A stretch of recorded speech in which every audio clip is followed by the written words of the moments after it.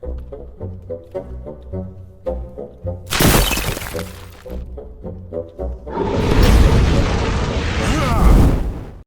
everybody, it's me, Riffraff Hornhelm, and I'm back again with another presentation from the Dwarven Vault, and today we have a monster review. And today we're going to talk about a demon, and not just any demon, but the DEMOGORGON, the most famous of all of the demons. I mean, Orcus is another very, very famous one, but let's face it, DEMOGORGON, since the video came out for Stranger Things, and it's become kind of a star of the show in many ways, at least the reference to the DEMOGORGON. And they show some accurate pictures of it from the game, but I wouldn't qualify the creature as being the same. It's a very scary creature. But the DEMOGORGON is also a very, very scary creature. This, once again, comes to us from the Monster Manual, the original Monster Manual for use with basic Dungeons & Dragons and Advanced Dungeons & Dragons, most specifically what was considered to be first edition Advanced Dungeons & Dragons rules. So, what about the DEMOGORGON? Well, come on, you've never seen a picture of it yet? They're very famous, okay? They really are. It is a 18-foot tall reptilian creature. Only one of these, thank God. Hard to imagine there'd be two. And like I said, 18-foot tall. It is semi-reptilian. It's got tentacles for arms. It's got two heads. And the two heads are on kind of tentacly type stalks as well. And they're meant to be frightful simian faces. And these simian faces are meant to look kind of like a baboon or a mandrill or something like that. The really scary looking simian faces. And boy, they have all kinds of powers. They have 200 hit points. Now, that may not sound like that much in some ways, but within the context of the original game, where it was intended to be very difficult to move forward in levels, and that you really wouldn't have too many characters that would exist probably past about 8th to 10th level. I know it's crazy, but it's true. And at that level, 200 hit points in an opponent, yeah, that's pretty good. The way D&D has changed over the years, I'm pretty sure that needs to be a higher figure. But still, not bad. Now, of course, we're talking about the old days of armor class, where the lower the armor class, the better it was. And this has a natural armor class of -8. It's one of the very best you'll find in the whole book. -8 is really, really tough. And of course, as a 200 hit point creature, this thing attacks as a very, very high level creature. You don't want to get attacked by this if you can avoid it. But if you have to, it has some pretty unpleasant things it can do. Now, before we even go there, though, of course, if you want to hit it, you're going to have a weapon that's +2 or better. And in terms of magic, you're going to have a pretty rough time with this one. It is 95% magic resistant. 95%. -8 armor class. +2 weapon or better to hit. It's super genius. Super smart. And it has a host of its own things it can do to you that will make you very, very unhappy, if not dead. Probably more likely dead. So what do I mean by that? Well, let's start from the top and work our way down, shall we? The heads. The two heads together have the ability to hypnotically control up to a fair number of people. We're talking like up to 50 to 100, this type of thing, depending on what their hit dice level is. Okay, even at 13 to 14 hit dice, it can control 3 to 4 people hypnotically. And you say, well, that's not a big deal. I'll just roll and save. No, you won't. There is no save. The first time you get a chance at a save is 15th. Could be level, could be hit dice, but hit dice, 15 hit dice creature is when you first start getting a chance to miss out on the hypnotic spell that can be rendered by the two heads together. And no save for most of you. Now, that's pretty tough right there. Now, both of those heads can also split, so to speak, and each one can do stuff to you. One acts as a rod of beguiling, and that's the left head, and the right head causes insanity. Lasts for like 1 to 6 turns or something like that.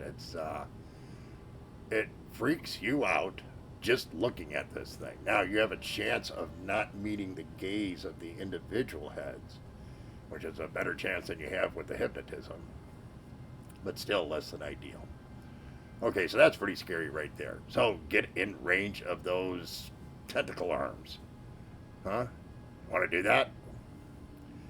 Well, if they strike you, they only do 1 to 6 points of damage. However, they start rotting your limb off. Literally. In 1 to 6 rounds, you lose the use of your limb. 1 to 6 rounds after that, it falls off.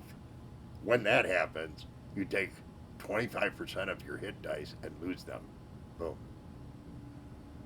So whatever 25% of your hit point total is, you just lost it. Now, if you hit this up with a cure disease in, I think it's 6 rounds or something like that after it's happened, you can stop it from getting worse. And then it'll heal back to normal in, right, it's like 3 to 4 weeks or something like that. But pretty damn nasty right there. And of course it has 2 of these attacks. So this thing doesn't really have to start whiffing around a great deal of magic yet in order to cause you a world of hurt. Now, one last thing here, though, is of course it has a tail. And that barbed tail can come around and whack you as well. And if it does that, you lose 1 to 4 levels. It's an energy drain. If it has a successful hit, you lose 1 to 4 levels.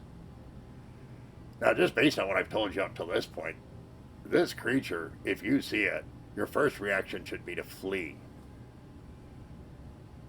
I mean, honestly, if you have an intelligence of 12 or higher, you'd be really, really stupid to hang around. Flee. Creatures like this, well, that's what barbarians are for. Not that they're going to win, but they'll gain you some time as you flee.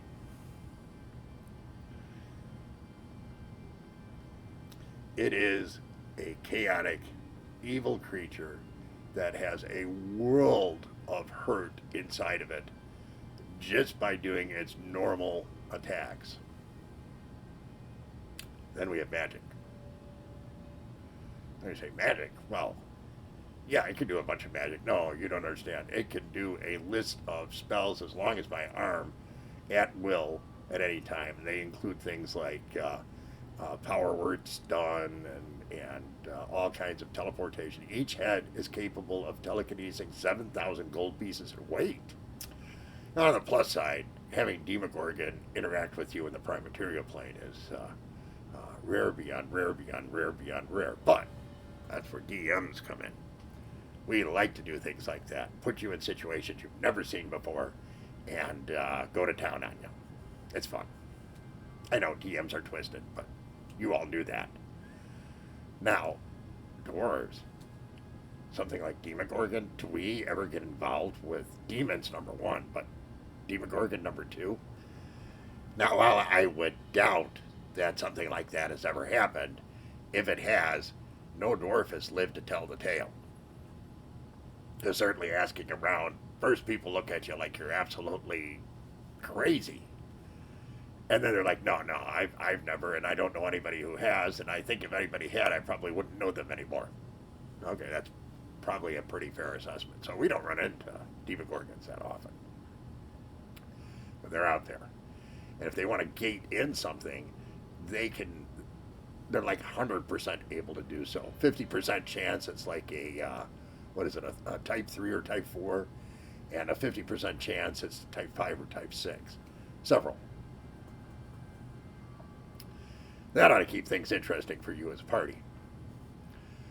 So, the reality is Demogorgon is incredibly powerful.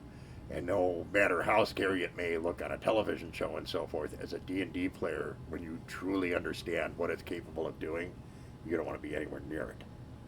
If you do, you have some real powerful mojo. But of course, in the gaming world, Demogorgon can be used all kinds of adventures. And I was kind of curious on this one too, after talking to some of our greater Hornhelm community folks in terms of both dungeon masters and players. I got a fair amount of feedback on it, but it was very consistent. From a DM standpoint, it was generally used to try and encourage the party to go another direction. And they said that worked probably a little over half the cases. The other half the cases, it's like the party had something to prove. They're like, yeah, come on, you want to fight about it? And they went after the Demogorgon. Those ones didn't end so well. Some managed to flee in time, but not anyone I ever spoke to had the Demogorgon lose. That's pretty tough right there. Now, from a player standpoint, of course, it's much the same. Now, the DM side said that, yeah, if we're going to rank Demogorgon, we're probably like at 9.5. Honestly, I could see an argument for this being a 9.5 to 10. It's pretty hard to argue with. Within the context of the game and all the different powers that it has, it is truly a very unique and powerful and very evil character, and one that you want to avoid if you're in a dungeon. And that's kind of the feedback I got from the player side. They said, yeah, if we avoided it and got away in time, it wasn't so bad. Otherwise, the absolutely consistent answer was, yeah, we died. Yeah, my character got killed. Yeah, the party got wiped out. Sounds like Demogorgon. Now, one thing to remember is that Demogorgon has a huge rivalry with Orcus. And Orcus, of course, one of the others, and probably the second most powerful, if not equal in power to the Demogorgon. And Orcus is the prince of the undead. And Orcus is always trying to undermine what Demogorgon is trying to do and the control it has over other demons, etc., etc., etc. That's something you can use in a very high-level dungeon for a lot of fun. But these are very powerful creatures, whether you're using Demogorgon or Orcus. They're both incredibly powerful, very nasty, and very tough to deal with if you don't have the right stuff for doing so. The clerics, the type of magic you need, the holy magic that you might need to be successful against demons. So you have to be very careful. Having said all that, if you really need a super big badass boss, hard to go wrong with Demogorgon. It will definitely make your players piddle in their pants. And other than cleaning it up, that's kind of fun to see. So that, my friends, is Demogorgon. We hope you found today's presentation to be interesting, educational, amusing, all that kind of good stuff. If you did, please be so kind as to leave us a like. Consider subscribing if you haven't. Definitely share with your friends, leave us a comment, but most of all, come back and see us again real soon. We thank you so very much for your kind support. Take care, everyone, and remember, dwarves rock!